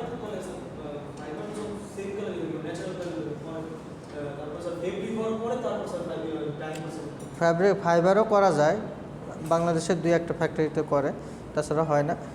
নর্মালি হয় হচ্ছে ফ্যাব্রিক বানানোর পরে অথবা সুতা বানানোর পরে সুতাও করা যায় রং। সুতা ওই যে তোমার স্ট্রাইপ যে কাপড়গুলো, এটা সুতা রং করেই বানানো হয়েছে উইভিংয়ে। তাহলে সুতা এবং কাপড় বানানোর পরে রং করার আগে এই ন্যাচারাল কালারগুলো দূর করে নেওয়া হয় ব্লিচিং করে, সেগুলো তোমরা পাবা পরের সেমিস্টারগুলোতে। আচ্ছা, টেনজাইল স্ট্রেংথ, এটা লংগিটিউডিনাল ডিরেকশনে। একটা ফাইবার তো এরকম লম্বা লম্বে হয়, তাই না? কোন একটা ফাইবার ম্যাটেরিয়ালকে ফাইবার কনসিডার করতে গেলে, একটু লিখে নিও, কোন একটা ম্যাটেরিয়ালকে ফাইবার কনসিডার করতে গেলে তার লেংথ তার ডায়ামিটারের 100 টাইমস গ্রেটার হবে। বোঝা নেই? কোনো একটা ম্যাটেরিয়ালকে ফাইবার কনসিডার করতে গেলে ওই ম্যাটেরিয়ালের length must be higher 100 times higher than of that diameter of that ম্যাটেরিয়াল। বোঝা নেই? কোনো একটা ম্যাটেরিয়ালকে তুমি ফাইবার কনসিডার করবা, তো ফাইবার কনসিডার করতে হলে তার লেংথ তার ডায়ামিটার থেকে 100 গুণ বড় হবে, বেশি হবে। কথা বুঝছো? বুঝো নেই? এটা ধরো ফাইবার, এর ডায়ামিটার কত? আমি বলতেছি ফাইবার, কিন্তু আমার তো প্রুভ করতে হবে। এর ডায়ামিটার কত? ধরো 1/2 ইঞ্চি। তা 1/2 ইঞ্চি, এর লেংথ আছে ধরো 4 ইঞ্চি, 5 ইঞ্চি। তাহলে 100 গুণ বড় কি লেংথ আছে? তাহলে কি এটা আমি যে ফাইবার বললাম, এটা কি আমার কথা ঠিক হইলো, যুক্তি হইলো? যুক্তি হয়নি, তাই না? তাহলে কোনো একটা ম্যাটেরিয়ালকে আমরা টেক্সটাইল ফাইবার বলতে গেলে আরও বেশ কিছু ব্যাপার আছে। শুধু মানে ইন জেনারেল যদি ফাইবার কনসিডার করতে চাই, তাহলে তার এই যে ডায়ামিটার, এই ডায়ামিটার তো বোঝো, ব্যাস যত বেশি হবে সেটা তত মোটা হবে। তার ডায়ামিটার যত, তার থেকে 100 গুণ বেশি তার দৈর্ঘ্য হবে। তোমরা যে ফাইবারটা হাতে নিয়ে দেখছিলা, ওইটার কি মোটা কি বোঝা যায় আসলে, অনুভব করা যায় হাতে? তাহলে ওটার লেংথ তো তুমি দেখতে পারছিলা 1-1.5-2 ইঞ্চি। তার মানে ওই ডায়ামিটারের সাথে ওই ফাইবারের যদি তুমি লেংথ কম্পেয়ার করো, তাহলে ডায়ামিটারের থেকে 100 গুণ বেশি হচ্ছে তার লেংথ, এই জন্য ওটা ফাইবার। আচ্ছা, এই যে ফাইবার, ধরো এটা একটা কটন ফাইবার, এটার শক্তি আমি নির্ণয় করব কিভাবে? আমি কি লংগিটিউডিনাল ডিরেকশনে করব না? লংগিটিউডিনাল মানে কি? দৈর্ঘ্য বরাবর। তো এই ফাইবারটাকে, ধরো কটন ফাইবার আমি অনেক বড় করে দেখতেছি, এখানে এক পাশে তুমি ক্লিপ দিয়ে আটকাইছো, এখানে একটা ওয়েট দিছো, শক্তি তো বের করতে হলে এই ফাইবারের শক্তি কি? এটা মানে কি এলিঙ্গেশন আর মানে কি বলে, ব্রেকিং যে পয়েন্টটা, ব্রেক করতে যে পরিমাণ তোমার শক্তি ওয়েট লাগছে, তাহলে এটাকে টেনে ছিঁড়তে, টেনজাইল মানে লংগিটিউডিনাল ডিরেকশনে টেনে ছিঁড়তে যে পরিমাণ শক্তি লাগবে, স্ট্রেংথ অ্যাট ব্রেক ছিঁড়া পর্যন্ত। ধরো এখানে তুমি 10 গ্রাম ওয়েট ঝুলাই দিলা, 9 গ্রাম দিলা, ছিঁড়ল না, 9.5 দিলা, ছিঁড়লে না, 10 দেওয়ার সাথে সাথে এটা ছিঁড়ে গেল, তাহলে তার স্ট্রেংথ কত? 10 গ্রাম। আচ্ছা, 10 গ্রাম পার, এই যে লম্বালম্বি জিনিসটা তো একদম চিকন লম্বালম্বি হচ্ছে, তাই না? একটা ফিলামেন্ট টাইপের, তাহলে এটাকে একটা টেক্স অথবা কাউন্ট অথবা হচ্ছে ডেনিয়ার, তখন এটা হবে 10 গ্রাম পার ডেনিয়ার। এর স্ট্রেংথটা হবে 10 গ্রাম পার ডেনিয়ার। এটা টিটিকিউসিতে পড়ানো যাবে, আর এটা নিয়ে যদি পড়াই শুধু কাউন্ট অথবা টেক্স ডেনিয়ার নিয়ে পড়াই, ফুল একদিনে ক্লাস শেষ হয়ে যাবে। আচ্ছা, এটা হচ্ছে টেনাসিটি, ইলেঙ্গেশন আর ব্রেক। ইলেঙ্গেশন বোঝো? আচ্ছা, এটা যদি ফাইবার হয় মানে বেশি মানে জানলে যেটা হয় আর কি, মানে সবই পড়াইতে মন চায়। এটা যদি ফাইবার হয়, এই জিনিসে এখানে 10 গ্রাম ওয়েট দিছো, এটা ধরে রাখছে, এই পাশটা ফিক্সড, এখানে ফ্রি। ওয়েট দিলে অবশ্যই এটা কি হবে, কিছুটা হলেও প্রসারিত হবে, এলঙ্গেটেড হবে না? কিছুটা হলে। কোনো ম্যাটেরিয়াল কি একদম তার নিজের ডাইমেনশনের থেকেই ছিঁড়ে যায়, ব্রেক করে? কিছুটা হলেও ওর ভিতরে মলিকুলার চেইনগুলো কি হয়, স্লিপ করে, টান টেনশনের কারণে এটা ব্রেক করে, কিছুটা এটা প্রসারিত হয়ে তারপর ব্রেক করে, তাই তো? যে কোনো মেটাল, তুমি যদি স্টিলকে দেখো, স্টিলকে একদম ভেঙে যায়? কিছুটা হয়। আয়রনের ক্ষেত্রে কিছুটা কম হয়, আর ইলাস্টিক প্রপার্টি প্লাস্টিকের ক্ষেত্রে অনেক বেশি হয়। তো এই জিনিসগুলো হচ্ছে ম্যাটেরিয়াল টু ম্যাটেরিয়াল ভ্যারি করে, বাট যত শক্ত ম্যাটেরিয়াল হোক কিছুটা হলেও সেটা ইলঙ্গেশন হয়, প্রসারিত হয়। এক পর্যায়ে যখন প্রত্যেকটা মলিকুলার স্ট্রাকচার ভেঙে যায় তখন এটা ব্রেক করে। আচ্ছা, টেনাসিটি হচ্ছে 3 থেকে 5 গ্রাম পার ডেনিয়ার। এলিঙ্গেশন হচ্ছে নট ইজিলি স্ট্রেসেবল। মানে কটন ফাইবারকে যদি ধরো 1 ইঞ্চ লেংথ হয় এই ফাইবারটা, এখানে ওয়েট দিলা, এটা কি হবে, বড় যে তুমি এই 10 গ্রাম ওয়েটের কারণে এটা 1 পয়েন্ট এত দূর আসতে পারে। তার মানে হচ্ছে ধরো এটা হলো 1.15 ইঞ্চ হয়ে গেল। তাহলে এলিঙ্গেশন কতটুকু হলো, প্রসারণটা কতটুকু হলো? মানে এই যে 1.15 ইঞ্চ হওয়ার পরে এটা ব্রেক করলো, ছিঁড়ে গেল, তাহলে এর এলিঙ্গেশন কত হলো, কত পার্সেন্ট হলো?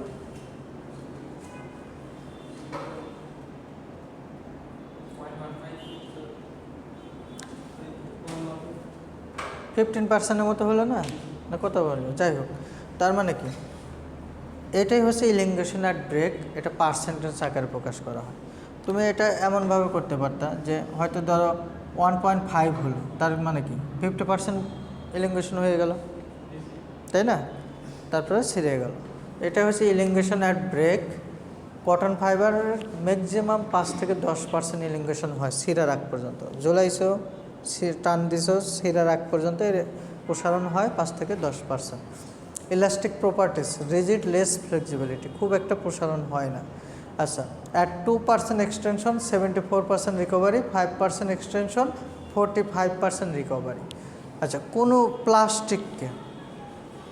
প্লাস্টিক ম্যাটেরিয়ালকে যদি তুমি টেনশন দাও, 2 পাশ থেকে টানো, ধরো এটা এভাবে প্রসারিত হয়ে এত বড় হয়েছে, এরপর যদি তুমি 2 পাশ থেকে লোড ছেড়ে দাও, তাহলে আগের ডাইমেনশনে চলে আসবে প্লাস্টিক? আসে? পলিথিনকে যদি তুমি এভাবে টানো, জোরে একটু টান দাও, তাহলে কি ছিঁড়ে যাওয়ার আগে প্রসারিত হয় না, পাতলা হয়ে যায় না জায়গাগুলো? ছেড়ে দিলে কি আবার আগের মতো চলে আসে? রাবার তুমি এভাবে টেনে ছেড়ে দাও, আগের জায়গায় চলে আসে না? অলমোস্ট 100% রিকভার করে। বাট পৃথিবীতে প্র্যাকটিক্যালি 100% কোনো ম্যাটেরিয়ালই তার রিকভার করে না, কিছুটা হলেও তার মধ্যে ডিফরমেশন চলে আসে। সেটা আমরা ফিজিক্যালি অনেক সময় বুঝি না খালি চোখে, কিন্তু হয় না। আচ্ছা, তাহলে রাবার কি হচ্ছে, আমরা ধরে নিতে পারি 1 ইঞ্চিকে 5 ইঞ্চি বানায় ছেড়ে দিয়েছে, আবার 1 ইঞ্চিতে চলে আসতেছে, ঠিক আছে।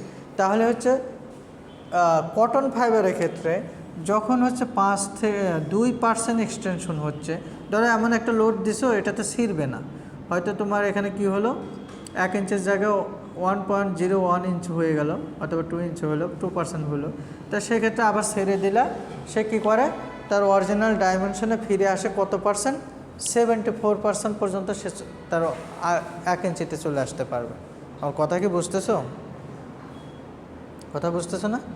কটন ফাইবারকে জাস্ট 2% এক্সটেনশন করে ছেড়ে দেবা, সে কী হবে, যে এই যে 2% এক্সটেনশন হয়েছে না, এক্সটেনশনের 74% রিকভার করে অরিজিনাল ডাইমেনশনের দিকে চলে যাবে। আর যদি বেশি পরিমাণ প্রসারিত করো, 5% পর্যন্ত প্রসারিত করো, তাহলে আগের ডাইমেনশনে একদম অরিজিনাল ডাইমেনশনে যাবে কতটুক, 45%, মানে রাবারের মতো তার অরিজিনাল ডাইমেনশন যাবে। বাকি 55% এটা প্লাস্টিক ডিফরমেশন হবে। পলিথিনের মতো ডিফরমেশন হবে, মানে হচ্ছে ওটা আর রিকভার করবে না। ধরো 1 ইঞ্চি 1.25 ইঞ্চি হয়ে গেছে, এই যে 5 থেকে 10, 5-এর উপরে গেলে 7, 8, 9, 10-এ ব্রেক করবে। ঠিক আছে, এগুলো এক একটা চ্যাপ্টার, এক একটা 2টা করে ক্লাস লাগে এক একটা টপিকের উপর। স্পেসিফিক গ্রাভিটি, স্পেসিফিক গ্রাভিটি হচ্ছে তোমার মেজার করা হয় কিসের উপরে? স্পেসিফিক গ্রাভিটি বোঝো? হ্যাঁ, আপেক্ষিক গুরুত্ব মানে কোনো একটা স্ট্যান্ডার্ড লিকুইডের সাথে কম্পেয়ার করে তার ঘনত্ব, ডেনসিটি। ধরো ফাইবারের ডেনসিটি আর হচ্ছে স্ট্যান্ডার্ড একটা লিকুইড কনসিডার করা হলো, ধরো ওয়াটার, তার ডেনসিটিতে এটা ভাসবে না ডুববে, এর উপর ভিত্তি করে এই মেজারমেন্টটা করা হয়ে থাকে। আচ্ছা, এরপর হচ্ছে ইফেক্ট অফ ময়েশ্চার। ওই যে স্ট্যান্ডার্ড ময়েশ্চার, স্ট্যান্ডার্ড হিউমিডিটি কত বলছিলাম, কত পার্সেন্ট? 8.5%। আচ্ছা, হিটে মোটামুটি রেজিস্ট্যান্স আছে। তোমরা যে আয়রন করো, সিনথেটিক কত টেম্পারেচারে করো আর কটন কত টেম্পারেচারে করো? আয়রন করো না, বাসায় কাপড় ইস্ত্রি করো না? হ্যাঁ, করো না কখনোই? নিজের কাপড় চাপড় আয়রন করছো? তুমি কটন যে মানে যে ভলিউমে করো, যে টেম্পারেচার দিয়ে করো, সেম টেম্পারেচারে পলিস্টারে দিয়ে তো কী হবে? লাগিয়ে যাবে। কেন লাগবে? গলে লাগবে। তার মানে heat resistance capability cellulosic fibre এবং ন্যাচারাল কটন ফাইবারে বেশি। ঠিক আছে, আমি শেষ করে দেবো, দাঁড়াও, আজকেই কটন শেষ, একটু প্যারা নাও। আচ্ছা, ইফেক্ট অফ এজ। নর্মালি হচ্ছে লং টাইমে কটন ফাইবারের স্ট্রেংথ প্রপার্টিস খুব একটা ফেড হয় না। সানলাইটে যদি তুমি বেশি সময় রেখে দাও, সেক্ষেত্রে কিছুটা হচ্ছে তোমার আলট্রাভায়োলেট রের কারণে স্ট্রাকচারটা ফল করে, স্ট্রেংথ ফল করে। ইফেক্ট অফ অ্যাসিড, মানে স্ট্রং অ্যাসিড। তুমি যদি ল্যাবে যেয়ে তোমার এক টুকরো সুতি কাপড় কী করবা, স্ট্রং মানে সালফেরিক অথবা হাইড্রোক্লোরিক অ্যাসিডের সলিউশনে 80 থেকে 85-90% স্ট্রেংথের অ্যাসিড হবে, হাইড্রোক্লোরিক অথবা সালফেরিক। যদি দিয়ে একটু নাড়া দাও আর কাপড় খুঁজে পাবা না, মানে ডিজলভ হয়ে যায় কটন ফাইবার। এগুলো দেখাবো যদি সময় পাই, আস্তে আস্তে ল্যাবগুলোতে আমি দেখাবো। অ্যালকালির সাথে খুব ভালো রেজিস্ট্যান্ট, ক্ষারে খুব একটা ক্ষতি হয় না। আর অর্গানিক সলভেন্টগুলোতে তোমার ওই যে সালফারিক অ্যাসিডের ডিজলভ হয় কেমিক্যাল প্রপার্টিসের ক্ষেত্রে। এটা মেজর একটা ফ্যাক্ট, এটা এখনও পড়ায়নি তোমাদের, এটা একটু লিখে নাও। এটা পরীক্ষায়, সব পরীক্ষায় থাকবে। কি সময় নেই? আমি শেষ করে দেবো, ধরো এটা একটু লিখে নাও। কেমিক্যাল প্রপার্টিস, একটা ফাইবারকে যদি আমরা কেমিক্যালি অ্যানালাইসিস করি, এর গঠনটা, কেমিক্যাল গঠনটা, কি কি উপাদান আছে, কেমিক্যাল কম্পোজিশন আছে, তাহলে আমরা প্রথমেই বলছিলাম সেলুলোজিক ফাইবার স্ট্রাকচার রাখাইছিলাম, মনে আছে? সেলুলোজের পার্সেন্টেজ কত থাকে? নর্মালি 94 থেকে 96% পর্যন্ত থাকে। তাহলে লিখে নাও সেলুলোজ এত পার্সেন্ট থাকে, আদার্স থাকে, প্রোটিন থাকে। ওই যে যখন মাইক্রোস্কোপিক ভিউটা দেখাইছিলাম, একদম কিউটিক্যাল থাকে হচ্ছে সবার আউটার পার্টে, সেটা হচ্ছে ওই অনেকটা ওয়াক্সি টাইপের বলছিলাম, প্রোটিন টাইপের, ওয়াক্সি টাইপের, সেটা থাকে হচ্ছে 1 থেকে 1.5%। পেকটিনটা হচ্ছে তোমার ওয়ান কাইন্ড অফ হচ্ছে অ্যাডহেসিভ টাইপের কিছু, যেটা হচ্ছে তোমার ফাইবারের সেল ওয়ালগুলোকে অ্যাটাচ করে রাখে, একত্রিত করে রাখে। মিনারেল সাবস্টেন্স থাকে 1%, ওয়াক্স থাকে 0.5%। এটা হচ্ছে আদার্স বিভিন্ন ধরনের ন্যাচারাল কালার থাকে না, কালার মলিকুল থাকে, অর্গানিক অ্যাসিড থাকে, সুগার থাকে, এগুলো মিলে 2%। টোটাল 100%। এটা সবগুলো পরীক্ষাতেই থাকবে, ক্লাস টেস্টে থাকবে, মিড টার্মে থাকবে, ফাইনালে থাকবে, এগুলো থাকবে। তাহলে তোমার এই কেমিক্যাল প্রপার্টিস অথবা chemical composition of cotton fibre এভাবে থাকবে। কথা কি বুঝতে পারছো?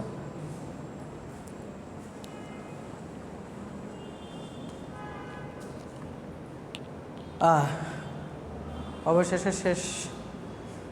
এটা হচ্ছে তোমার end uses of cotton fibre. Yarn, সুতা তৈরি করা হয় না? সুতা তো তৈরি করা হয়। মানে ও বসে থেকে টায়ার্ড হয়ে গেছে, আর আমি 1 ঘন্টা ধরে দাঁড়ায় আছি। ফ্যাব্রিক, গার্মেন্টস, হাউস হোল্ড মানে কি? Bedsheet, curtain, floor covering, carpet, curtain আছে, হ্যাটস আছে, শেষ।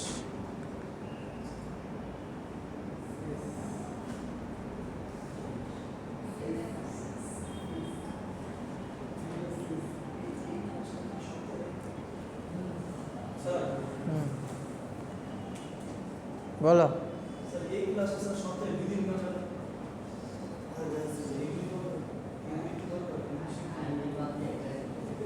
2 দিনে দিছিল, আমি 1 দিন করছি। তোমরা শিখতে পারবা, আর সময় আছে, ক্লাস হয়ে যাবে। আর ফ্রি টাইমে আমাকে একটু ডেকে নিয়ে আসবা, আমি পড়ায় দেবো। আসসালামু আলাইকুম। অ্যাগ্রোবাংলা টেক একটি কৃষি বিষয়ক ইউটিউব চ্যানেল। এই চ্যানেলের মাধ্যমে আপনারা বিভিন্ন ফসলের রোগ ও পোকামাকড় ও তাদের সমস্যা ও সমাধান সম্পর্কে জানতে পারবেন। আজ আমি যে বিষয়টি নিয়ে আলোচনা করব সেটি হচ্ছে পাট চাষ পদ্ধতি, বা আপনারা কিভাবে পাট চাষ করবেন সেই পদ্ধতি সম্পর্কে আজকে আমি আলোচনা করব। আর আপনি যদি এই চ্যানেলে নতুন হয়ে থাকেন, চ্যানেলটি দয়া করে সাবস্ক্রাইব করুন এবং পাশে থাকা বেল আইকনটি ক্লিক করে দিন। এতে করে আমি যে ভিডিওটি দেব সবার আগে আপনার কাছে পৌঁছে যাবে। পাট চাষের জন্য জলবায়ু কেমন হওয়া দরকার সেই সম্পর্কে এবার আমরা আলোচনা করব। আসসালামু আলাইকুম স্যার। ওয়ালাইকুম আসসালাম স্যার, ক্লাস है सही, এই 10 মিনিট আছে, আর 10 মিনিট। আচ্ছা, হ্যাঁ হ্যাঁ, ওকে স্যার।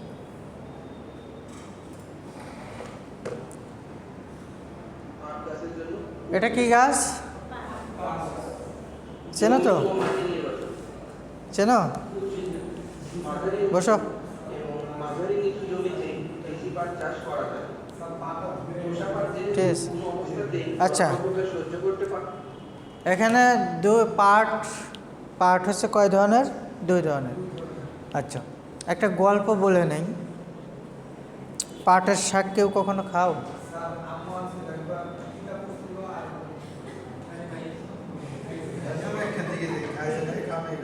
আচ্ছা, পাটের পাতা শাক হিসেবে খাওয়া হয়। বাংলাদেশে সব বাজারেই সিজনে পাওয়া যায়, অনেকেই খায়। প্রসেসটা ভালো মতো জানলে মজা লাগে। আমি নিজে কখনো রান্না করে নাই পাটটা, তবে আমার বাড়িতে রান্না করতো।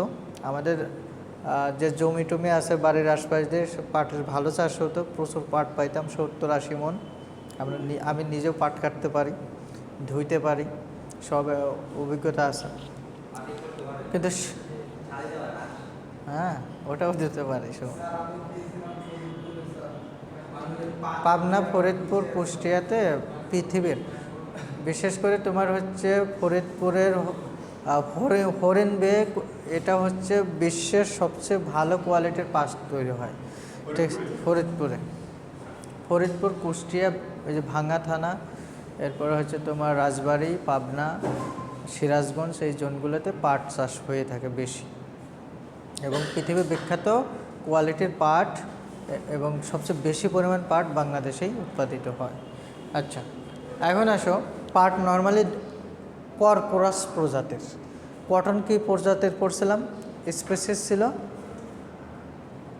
গসিপিয়াম। এগুলো ভুলে গেছো?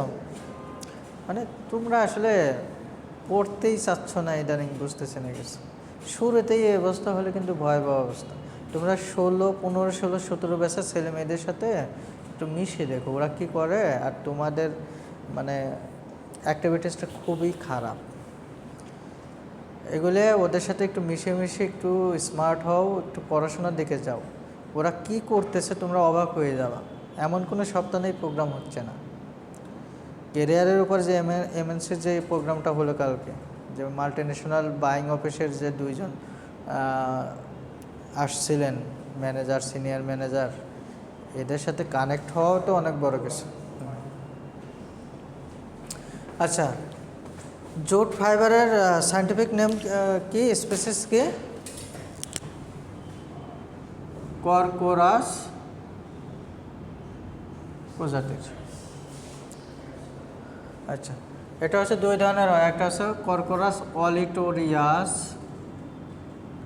স্পেলিংটা আমি ভুলে গেছি, দেখতে হবে, আর হচ্ছে কর্কোরাস ক্যাপসুলারিস। আচ্ছা, এই দুই ধরনের। হ্যাঁ, এখন ওই যে শাকের কথা কেন বললাম, শাক খাওয়া হয় না? শাক খাওয়া হয় কারণটা সব ধরনের পাটে ভালো লাগে না। এটা অলিটোরিয়াস, যেটা তোমরা বাইবেলের নাম তো শুনছো, হিন্দু মুসলিম সবাই তো বাইবেলের নাম শুনছো, তাই না? বাইবেলে কর্কোরাস অলিটোরিয়াস যে শাক পাতাটা না, এটা হচ্ছে জিউসের জুস, সেই পাতা থেকে জুস বানায় খাইতো, মানে যিশু খ্রিস্ট। কারণ এটার অনেক ধরনের উপকারিতা আছে। তার হচ্ছে জুস ছিল, এক ধরনের পানীয় ছিল, সেটা মানে রেগুলার খেত আর কি। বাইবেলে সেটার উল্লেখ আছে। সেটা কোন ধরনের? অলিটোরিয়াসের। আমি হিস্ট্রিতে যাব, একটু তোমার ইন্ট্রোডাকশন দিয়ে যাচ্ছি। আর ক্যাপসুলারিস বেসিক্যালি এটার শাক হিসেবে খুব একটা খাওয়া হয় না। এটা হলো তোমার ইন্ট্রোডাকশন। আরও কিছু অ্যাড করি, যেমন হচ্ছে তোমার এই যে অলিটোরিয়াস এবং ক্যাপসুলারিস, অলিটোরিয়াস ক্যাপসুলারিস বেসিক্যালি হচ্ছে ইন্দো আফ্রিকান প্রজাতি। পাট কিন্তু খুব বেশি দেশে চাষ হয় না, তোমার আফ্রিকা, ইন্ডিয়া, চায়না, তোমার মায়ানমার, এখন কোথাও কোথাও আফগানিস্তানও হচ্ছে, বাংলাদেশ, এরকম কয়েকটা কান্ট্রিতে হয়। এবং মিডল ইস্টের কিছু কান্ট্রিতে কেন আগে হতো, কারণটা হচ্ছে ওখান থেকে স্প্রেড আউট হয়েছে, হওয়ার পরে এখন এইসব দেশগুলোতে হচ্ছে। আর আরও যদি বলি, বাংলাদেশের কথা তো বললামই, বেস্ট কোয়ালিটির জুট তৈরি হয়। আচ্ছা, জুট ফাইবারের ইন্টারেকশনের মধ্যে আরও বলতে পারি, এটা হচ্ছে cellulosic fibre, natural cellulosic fibre. Jute ফাইবারকে গোল্ডেন ফাইবার বলা হয়। কি ফাইবার বলা হয়? গোল্ডেন ফাইবার বলা হয়। এই জিনিসগুলো তোমরা জানো, তো এই জন্য একটু রিকলিং করা।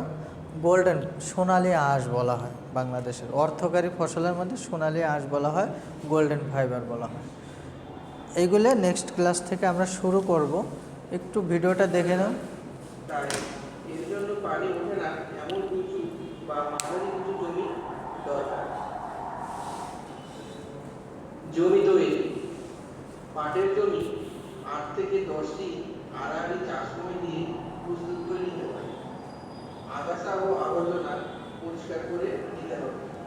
জমির উপরিভাগ বিশেষভাবে সমান করে দিতে হবে।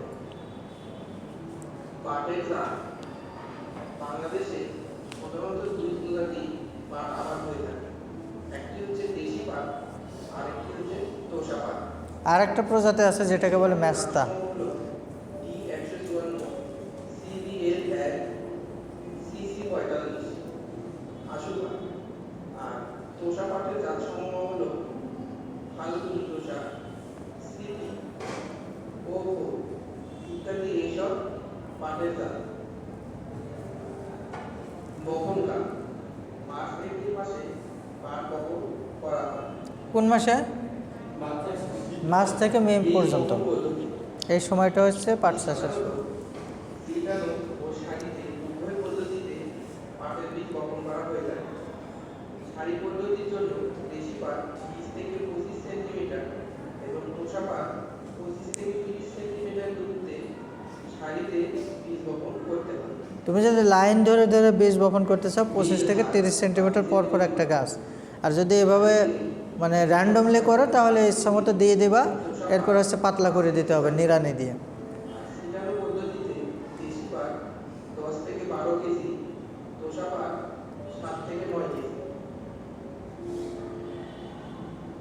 আগাছা দমন ও চারা পাতলাকরণ, পাটের ক্ষেত্রে সাধারণত আগাছা দমন ও চারা পাতলাকরণ কাজ একই সাথে চলতে থাকে। সাধারণত বীজের অঙ্কুরোদ্গমে 2 সপ্তাহের মধ্যে একবার আশ্রা ও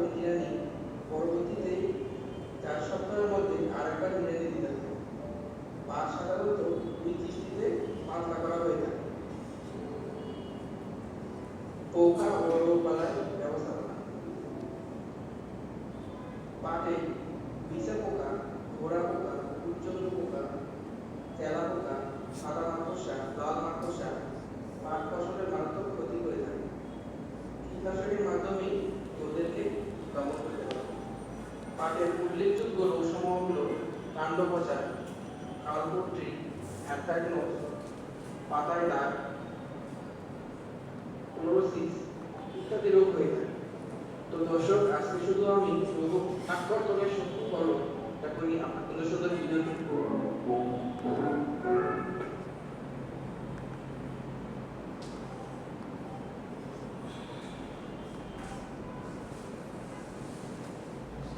এটা ভিডিওটা দেখাই শেষ, দেখে নাও যাতে জিনিসটা পড়ানোর সময় মনে পড়ে। এটা কাপড় চাপড় পরায় নেওয়া উচিত ছিল খালি গায়ে। হ্যাঁ হ্যাঁ, এটা এগুলো কি বলে, পাট গাছের ভেতরের যে স্টেমটা, কাণ্ডটা পাট খড়ি বলে, বিভিন্ন জায়গায় বিভিন্ন নামে বলে, তাই না? কি বলে?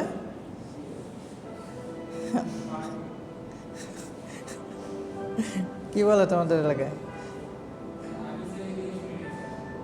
শোনো না এইদিকে? আচ্ছা, এইভাবে এটা একটা কনভেনশনাল প্রসেস, আরও নতুন নতুন অনেক প্রসেস ডেভেলপ হয়েছে। খুব কষ্টের কাজ, হাত ব্যথা হয়ে যায়। এই যে এইভাবে ধুতে গেলে একবার টেনে বের করতে হলে এই পাট কাঠিগুলা তোমার ভেঙে যায়, মানে খুব জোরে টান দিতে হয়, ঠিক আছে? এক টানে বের করে নিয়ে আসতে হয়। আস্তে টান দিলেই সেটা পাটকাঠির সাথে জড়ায় যাবে এবং ছিঁড়ে যাবে, আঁশগুলো জড়ায় ওই যে কী বলে ফেসুয়া, বলছে না ফেসুয়া, যখন অনেকগুলো আঁশ একসাথে জড়ায় যায়, এরকম তৈরি হয়।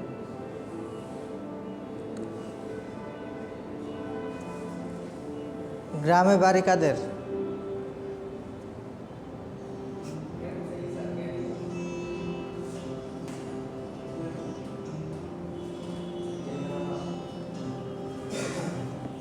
তোমরা গ্রামে গেছো কখনো? গ্রামে গেছো কখনো? তোমার গ্রামের বাড়ি কোথায়? ফেনী। ফেনীতে পাট হয়? হয় না। তোমাদের নোয়াখালীতে পাট হয়?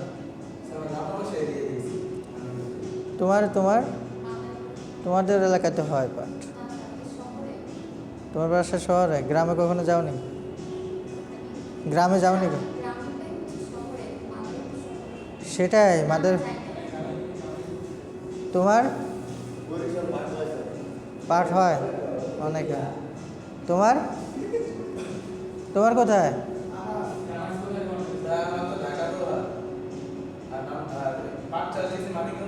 মানিকগঞ্জে হয়, প্রচুর হয়।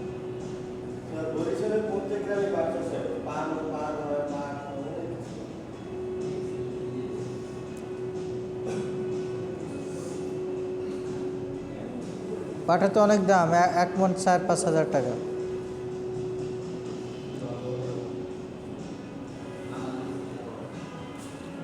দেখছো প্রসেসগুলো? দেখছো?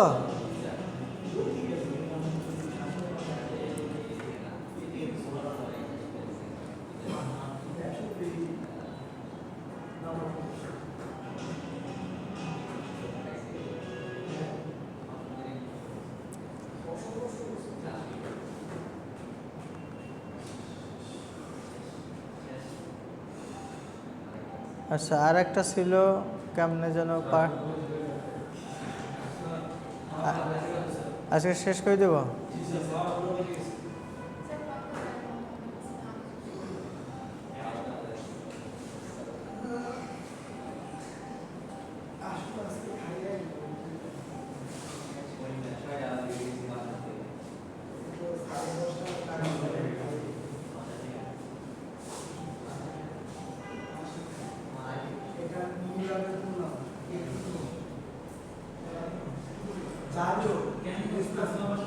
ঠিক আছে, এটা